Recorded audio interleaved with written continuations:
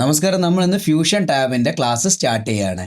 അപ്പോൾ അതിൽ നമുക്ക് ഏറ്റവും ബേസിക് ആയിട്ട് കുറച്ച് കാര്യങ്ങളാണ് ഫസ്റ്റ് ക്ലാസ്സിൽ പറയുന്നത്.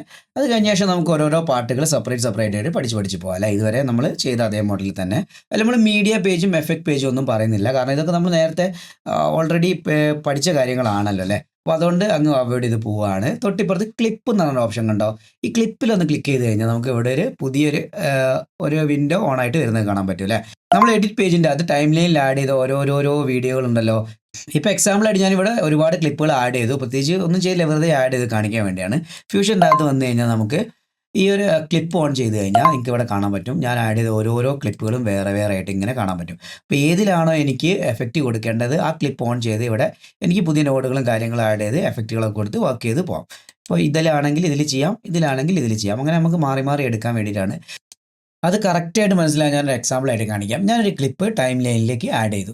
നേരെ ഫ്യൂഷൻ്റെ അകത്ത് വന്നു കഴിഞ്ഞാൽ എനിക്ക് ആ ഒരൊറ്റ ക്ലിപ്പേ ഉള്ളൂ അല്ലേ. അപ്പോൾ ഞാനിവിടെ ക്ലിപ്സ് ഓൺ ആക്കിയാലും ഈ ഒരൊറ്റ ക്ലിപ്പേ ഉള്ളൂ. അപ്പോൾ എനിക്കിവിടെ വർക്ക് ചെയ്യാൻ സുഖമാണ്.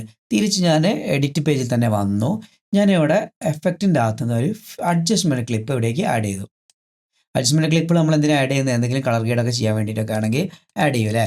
അഡ്ജസ്റ്റ്മെൻറ്റ് ലെയർ എന്താണ്, അഡ്ജസ്റ്റ്മെൻറ്റ് ക്ലിപ്പ് എന്താണെന്നുള്ള ഒരു ഡീറ്റെയിൽ ആയിട്ടുള്ള വീഡിയോ ചെയ്ത് റിലേറ്റഡ് കണ്ടന്റിൽ ആഡ് ചെയ്യാം കേട്ടോ. അത് കണ്ടാൽ നിങ്ങൾക്ക് ഒരു ഐഡിയ കിട്ടും. ഓക്കെ, അപ്പോൾ ഇതിൻ്റെ അകത്ത് ഞാൻ എന്ത് ചെയ്തു, ഇവിടെ ജസ്റ്റ് എക്സാമ്പിളായിട്ട് കാണിക്കാൻ വേണ്ടി ഒരു കളർ ഗ്രേഡ് ചെയ്തു. വെറുതെ എന്തെങ്കിലും ഒരു കളർ ഗ്രേഡ് ചെയ്തു.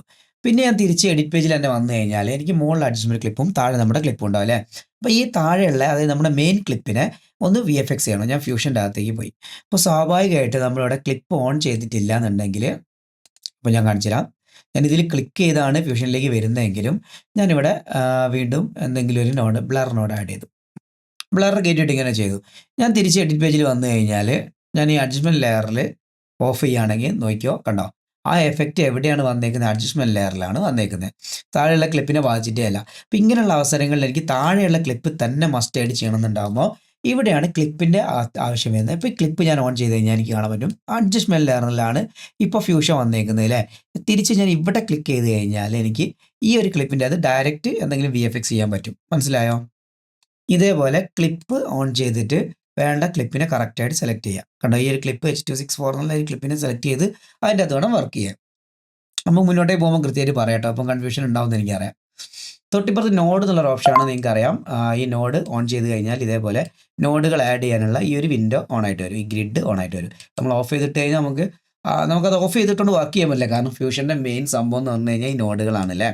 അത് കഴിഞ്ഞാൽ നമുക്കിവിടെ സ്പ്ലൈൻ എന്നുള്ളൊരു ഓപ്ഷൻ ഉണ്ട്, കീ ഫ്രെയിം എന്നുള്ള ഓപ്ഷൻ ഉണ്ട്. അഡ്വാൻസ്ഡ് ആയിട്ടുള്ള ടൂളുകളാണ്. നമ്മൾ പറഞ്ഞു പോകുന്ന സമയത്ത് പറഞ്ഞാൽ ഇത് മനസ്സിലാവുള്ളൂ. ഇപ്പോൾ ഇതിനെക്കുറിച്ച് കൂടുതൽ പറഞ്ഞിട്ട് കാര്യമില്ല. മെറ്റാഡാറ്റ നമ്മൾ ഓൾറെഡി പഠിച്ചതാണ്.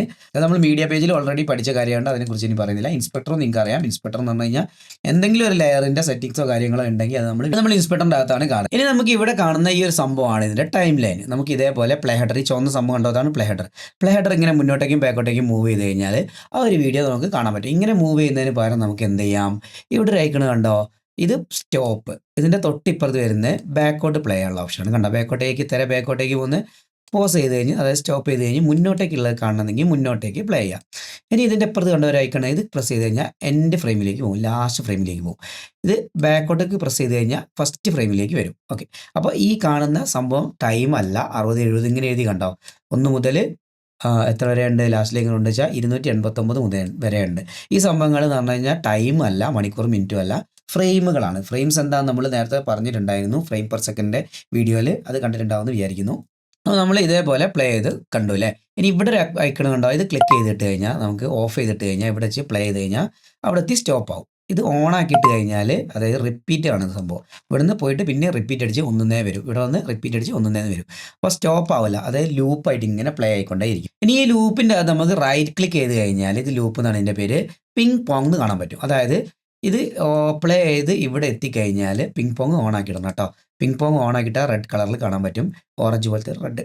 ഓക്കെ, ഇവിടെ എത്തി നമ്മൾ വിട്ട് കഴിഞ്ഞാൽ, അതായത് ഇവിടെ എത്തി പ്ലേ ചെയ്ത് കഴിഞ്ഞാൽ പിന്നെ അത് ബാക്കോട്ടേക്ക് പ്ലേ ആവും. പിന്നെ ഈ എൻഡിൽ എത്തിക്കഴിഞ്ഞാൽ, 0 എത്തിക്കഴിഞ്ഞാൽ അവിടുന്ന് മുന്നോട്ടേക്ക് പ്ലേ ആവും. കണ്ടോ, ഇതാണ് പിങ് പോങ്. അവിടെ ചെന്ന് അടിച്ചിട്ട് തിരിച്ചിങ്ങോട്ട് വരും, ഇവിടെ ചെന്ന് അടിച്ച് തിരിച്ച് അങ്ങോട്ട് പോകും. അതാണ് പിങ് പോങ്, അങ്ങോട്ടും ഇങ്ങോട്ടേക്കും പ്ലേ ആവാനുണ്ട്. അപ്പോൾ നമ്മൾ സാധാരണ ഇതിൽ ലൂപ്പ് മാത്രമേ ഇടാറുള്ളൂ, പിങ് പോങ് ഇടാറില്ല. അങ്ങനെ ആവശ്യങ്ങൾ ഉണ്ടാവില്ലല്ലോ, അപ്പോൾ ലൂപ്പ് തന്നെ ഓൺ ആക്കിയിടാം. ഇത്രയും കാര്യങ്ങൾ നിങ്ങൾക്ക് മനസ്സിലായോ ഈ ഏരിയ. ഇനി ഇതിൻ്റെ തൊട്ട് താഴെയായിട്ട് വരുന്നത് കണ്ടോ, ഇവിടെ 0 മുതൽ 289 വരെ കാണാൻ പറ്റും. അതായത് 0 മുതൽ 289 വരെയാണ് നമ്മൾ വർക്ക് ചെയ്യുന്ന ഈ ക്ലിപ്പ് ഉള്ളതെന്നാണ് കാണിക്കുന്നത്. ഇനി നമുക്ക് ഇതിൻ്റെ വാല്യൂ ഒന്ന് മാറ്റണം. എനിക്ക് 250 ഫ്രെയിം വരെ വേണ്ട, എനിക്ക് ഒരു 120 ഫ്രെയിം വരെ മതി. അപ്പം ഞാൻ ഇവിടെ 120 ടൈപ്പ് ചെയ്ത് കൊടുത്തു കഴിഞ്ഞാൽ കണ്ടോ, ഈ ഒരു മഞ്ഞ ഒരു ബാറ് കണ്ടോ, ഒരു മഞ്ഞ ലൈന്, ഈ ലൈൻ എവിടെയാണോ നിൽക്കുന്നത് അതിൻ്റെ ഉള്ളിലായിട്ട്, അതായത് 0 മുതൽ 120 വരെയാണ് നമ്മുടെ വർക്ക് ഉണ്ടാകുക. ബാക്കി ഭാഗങ്ങൾ ഇഗ്നോർ ചെയ്ത ഭാഗങ്ങളാണ്, അവിടേക്ക് നമ്മൾ വർക്ക് ആഡ് ചെയ്യില്ല. അതായത് ഈ ഒരു ക്ലിപ്പ് ഇവിടെ വെച്ച് കട്ടായി. ഇനി തുടക്കത്തിലും അതേപോലെ നമുക്ക് അഡ്ജസ്റ്റ് ചെയ്യാം കേട്ടോ. 0-ൽ തന്നെ തുടങ്ങണം എന്നൊരു നിർബന്ധമില്ല. ഇവിടെ നമുക്ക് 10-ലാണ് തുടങ്ങുന്നുണ്ടെങ്കിൽ ജസ്റ്റ് 10 എന്ന് ഇവിടെ ടൈപ്പ് ചെയ്ത് കൊടുത്താൽ മതി. അപ്പോൾ നമുക്ക് 10 മുതൽ ഈ ഒരു 120 വരെ ഇതിൻ്റെ ഇടയിലുള്ള കാര്യങ്ങളായിരിക്കും വർക്ക് ആവുക. ഓക്കെ അല്ലേ? ഓക്കെ. ഇനി നമുക്ക് ഈ പ്ലേ ഹെഡർ എവിടെയാണോ നമ്മൾ കൊണ്ടുവയ്ക്കുന്നത്, ഈ ചുവന്ന സംഭവമില്ലേ, ഈ പ്ലേ ഹെഡർ എവിടെയാണോ കൊണ്ടുവയ്ക്കുന്നത് ആ ഒരു ഫ്രെയിം എത്രയാണെന്ന് അറിയണമെങ്കിൽ ഈ ഒരു കോളത്തിൽ നോക്കിയാൽ മതി. അതായത് 194-ാമത്തെ ഫ്രെയിമിലാണ് ഇരിക്കുന്നത്. മുന്നോട്ടേ കൊണ്ട് കണ്ടോ, ഫ്രെയിം മാറി മാറി ഇവിടെ മാറുന്നത് കണ്ടോ, ഏത് ഫ്രെയിമിലാണ് ഇരിക്കുന്നത് നമുക്ക് കൃത്യമായിട്ട് മനസ്സിലാക്കാൻ വേണ്ടിയിട്ടാണ്. ഫ്രെയിംസൊക്കെ നമുക്ക് നിർബന്ധമായിട്ട് അറിഞ്ഞിരിക്കേണ്ട കാര്യങ്ങളാണ് ഫ്യൂഷൻ ചെയ്യുന്ന സമയത്ത് കേട്ടോ. അപ്പോൾ ഫ്രെയിമിൻ്റെ അകത്ത് ഇഗ്നോർ ചെയ്ത് പോകേണ്ട, ഈ കാര്യങ്ങൾ മനസ്സിലാക്കി വെക്കുക. തൊട്ട് താഴെ ഇപ്പുറത്തെ ഒരു മ്യൂട്ട് അൺമ്യൂട്ട് ഉണ്ട്, അത് നിങ്ങൾക്ക് പറയണമല്ലോ കത്തിയില്ലേ. ഓക്കെ, അങ്ങനെ പോട്ടെ. സൗണ്ട് വരാനും സൗണ്ട് ഓഫ് ചെയ്യാനുള്ള ഓപ്ഷനാണ്. തൊട്ട് താഴെയായിട്ട് നമ്മൾ കാണുന്ന ഒരു ബാറിൻ്റെ അകത്ത് കുറേ നോഡുകളാണല്ലേ. ഈ നോഡുകളൊക്കെ നമുക്ക് പഠിക്കാനുണ്ട്. ഇതിൽ തന്നെ ഇവിടം വരെ ഇതൊക്കെ മാസ്കുകളാണ്, ഇത് സെറ്റിങ്സുകളാണ്, ഇത് കളർ ഗ്രേഡാണ്, ഇത് ബേസിക് ആയിട്ടുള്ള ടെക്സ്റ്റ്, പെയിൻറ്റ്, അങ്ങനത്തെ കാര്യങ്ങളൊക്കെയാണ്. ഇവിടെ നിങ്ങളുടെ പാർട്ടിക്കിൾ എമിറ്റർ, പാർട്ടിക്കിളായിട്ട് ബന്ധപ്പെട്ട കാര്യങ്ങളാണ്. ഇവിടെ നിങ്ങളുടെ 3D ആണ്. അപ്പോൾ അത് ജസ്റ്റ് ഒരു എന്താ പറയുക, കുറച്ച് കാര്യങ്ങൾ ഇവിടെ ആഡ് ചെയ്ത് വെച്ചു എന്നുള്ളൂ. ഇതിനല്ലാതെ ഒരുപാട് നോഡുകൾ നമുക്ക് വേറെയും കാണാനുണ്ട് കേട്ടോ. അപ്പോൾ ആ നോഡുകളൊക്കെ എടുക്കാൻ വേണ്ടി നമുക്ക് മെനു ഓൺ ചെയ്യാൻ ഏറ്റവും എളുപ്പമുള്ളൊരു മാർഗ്ഗം എന്ന് പറഞ്ഞാൽ ഷിഫ്റ്റ് സ്പേസ് അടിക്കുക. ഇവിടെ നമുക്ക് വേണ്ട ഒരു നോഡിനെ സെർച്ച് ചെയ്തെടുക്കാൻ പറ്റും. എക്സാമ്പിളാണ് ടെക്സ്റ്റ് സെർച്ച് ചെയ്ത് കഴിഞ്ഞാൽ ആ ടെക്സ്റ്റുമായി ബന്ധപ്പെട്ട നോഡുകളൊക്കെ ഇവിടെ കാണാം. നമുക്ക് ഏതാണോ വേണ്ടത് അതിനെ ആഡ് ചെയ്യാം. പിന്നെ ഈ നോഡുകളെല്ലാം തന്നെ പഠിക്കുക എന്ന് പറഞ്ഞാൽ ഇത്തിരി കോംപ്ലിക്കേറ്റഡ് ആണ്. നമുക്ക് മുന്നോട്ട് അത്യാവശ്യം നോഡുകളൊക്കെ പഠിച്ചു പോകുന്നതല്ലാതെ, അതായത് അത്യാവശ്യമല്ല, ആവശ്യത്തിനുള്ള നോഡുകൾ മാത്രം പഠിച്ച്, പിന്നെ ഒരുപാട് നോഡുകളുണ്ട്, പറഞ്ഞ തീരത്ത് അത്രയും നോഡുകളുണ്ട്. അപ്പോൾ അതോരോ ആവശ്യങ്ങൾ വരുന്ന സമയത്ത് നമ്മൾ ഓരോ വീഡിയോയിൽ ചെയ്ത് കാണിച്ചു തരും കേട്ടോ. ഇനി നമുക്ക് പറയാനുള്ള ഈ ഫസ്റ്റ് നോഡിൻ്റെ അകത്ത് ക്ലിക്ക് ചെയ്ത് 1 പ്രസ് ചെയ്ത് കഴിഞ്ഞാൽ ഒന്നാമത്തെ വ്യൂവറിൻ്റെ അകത്ത് ഇത് കാണാൻ പറ്റും. ഈ വ്യൂവറിൻ്റെ അകത്ത് ഇത് കാണുന്നത് നമുക്ക് രണ്ടാമത്തെ സ്ക്രീനിൽ ഇതെന്നെ കാണണമെങ്കിൽ 2 പ്രസ് ചെയ്യാം. അപ്പോൾ നമുക്കിവിടെ താഴെ കാണാൻ പറ്റും 1-ലും 2-ലും പോയിന്റ് ആഡ് ആയിരിക്കുന്നുണ്ടോ. 1 ഞെക്കി കഴിഞ്ഞാൽ ഓഫായി, 2 ഞെക്കി കഴിഞ്ഞാൽ ഓഫായി. ഇവിടെ ഏതിലാണ് കാണുന്നത് എന്നുള്ളത് ഇവിടെ കാണാൻ പറ്റും. 1-ലാണെങ്കിൽ 1-ൽ വെള്ളക്കുത്തുണ്ടാവും, 2-ലാണ് കാണുന്നതെങ്കിൽ 2-ൽ വെള്ളക്കുത്തുണ്ടാവും. പക്ഷേ നമ്മൾ സാധാരണ രീതിയിൽ ബേസിക് ആയിട്ടുള്ള കാര്യങ്ങളൊക്കെ കാണാൻ നമ്മൾ ഏത് നോഡിലാണോ വർക്ക് ചെയ്യുന്നത്, ഈ നോഡിന് പകരം ഇവിടെ ഒരു കളർ ഗ്രേഡ് നോഡും കൂടെ ഉണ്ട്. ഈ കളർ ഗ്രേഡ് നോഡിനെ നമ്മൾ കാണാൻ വേണ്ടിയിട്ട് ഫസ്റ്റ് വ്യൂവറും മൊത്തം ഔട്ട്പുട്ട് കാണാൻ വേണ്ടി സെക്കൻഡ് വ്യൂവറാണ് യൂസ് ചെയ്യുന്നത്. അപ്പോൾ നമുക്ക് ഇതേപോലെ ഡ്രാഗ് ചെയ്ത് ഇവിടേക്ക് ഇടാം. രണ്ടാമത്തെ ഓപ്ഷൻ അങ്ങനെയാണ്. ഇതേപോലെ ഡ്രാഗ് ചെയ്ത് ഇങ്ങോട്ട് ഇടാം, ഇതേപോലെ ഡ്രാഗ് ചെയ്ത് ഇങ്ങോട്ട് ഇടാം. ഇങ്ങനെയും നമുക്ക് വ്യൂവർ കണക്ട് ചെയ്യാം. ഈ സെക്കൻഡ് വ്യൂവറിൻ്റെ അകത്ത് നമ്മൾ കൂടുതലും ഈ ഒരു മീഡിയ ഔട്ട് തന്നെയാണ് യൂസ് ചെയ്യുന്നത്.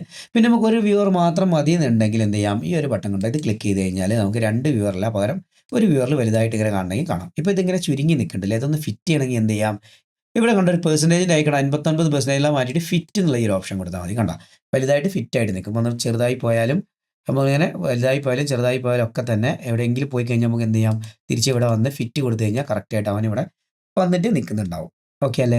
ഇനി ഇതിന് അങ്ങോട്ടും ഇങ്ങോട്ടും മൂവ് ചെയ്ത് വെക്കണമെങ്കിലോ മൗസിൻ്റെ മിഡിൽ ബട്ടൺ ഒന്ന് ക്ലിക്ക് ചെയ്ത് ഇതേപോലെ ഇങ്ങനെ മൂവ് ചെയ്ത് വെക്കാം. ഇന്ന് സൂം ചെയ്യണമെങ്കിലോ കൺട്രോൾ അല്ലെങ്കിൽ കമാൻഡ് ബട്ടൺ പ്രസ് ചെയ്ത് ഇതേപോലെ തിരിച്ചു കഴിഞ്ഞാൽ സൂം ഔട്ട് കിട്ടും. മാറ്റി വെക്കണമെങ്കിൽ മിഡിൽ മൗസ് ബട്ടൺ ക്ലിക്ക് ചെയ്ത് പിടിക്കുക, അതേപോലെ അങ്ങോട്ടും ഇങ്ങോട്ടേക്ക് നീക്കി വെക്കുക. ഓക്കെ, ഫിറ്റ് ചെയ്യണമെങ്കിൽ ഇവിടെ വരിക, ഫിറ്റ് കൊടുക്കുക. ഓക്കെ, ഇനി നമ്മൾ ഈ ബ്രൈറ്റ്നസ് കോൺട്രാസ്റ്റിൽ ഈ നോഡിൽ ക്ലിക്ക് ചെയ്ത് കഴിഞ്ഞാൽ നമ്മൾ മറ്റ് പേജിൽ പഠിച്ച പോലെ തന്നെ, എഡിറ്റ് പേജിലൊക്കെ പഠിച്ച പോലെ തന്നെ അതിൻ്റെ ഇൻസ്പെക്ടറിൻ്റെ അകത്ത് അതിൻ്റെ ഡീറ്റെയിൽസ് വരും. നമുക്ക് അതിനെ അഡ്ജസ്റ്റ് ചെയ്യാൻ വേണ്ടി പറ്റും. ഏത് നോഡിൻ്റെ ആണോ ക്ലിക്ക് ചെയ്യുന്നത് അതിവിടെ നമുക്ക് അഡ്ജസ്റ്റ് ചെയ്യാൻ പറ്റും. ഇതാണ് ഏകദേശം ഒരു എന്താ പറയുക, ഫ്യൂഷൻ്റെ ഒരു ബേസിക് സ്ട്രക്ചർ. ഇനി നമ്മൾ ഓരോ കാര്യങ്ങൾ മുന്നോട്ട് പറയുന്നതിനനുസരിച്ച് ബാക്കിയുള്ള ഭാഗങ്ങൾ എക്സ്പ്ലോർ ചെയ്ത് പോകും. അടുത്തൊരു ചാപ്റ്ററിൽ നമുക്ക് നോഡുകൾ എന്താണ്, നോഡുകൾ എങ്ങനെ കണക്ട് ചെയ്യാം, അങ്ങനത്തെ കാര്യങ്ങളൊക്കെ പറയാം. അപ്പോൾ കൂടുതൽ ഇതിൽ പറഞ്ഞിട്ട് കൺഫ്യൂഷൻ ആക്കാതെ നമുക്ക് ഈ ഒരു ചാപ്റ്റർ ഇവിടെ ക്ലോസ് ചെയ്യാണ്. അടുത്ത ചാപ്റ്ററിൽ നമുക്ക് കൂടുതൽ വിശദമായിട്ട് നോഡുകളെ കുറിച്ച് സംസാരിക്കാം കേട്ടോ.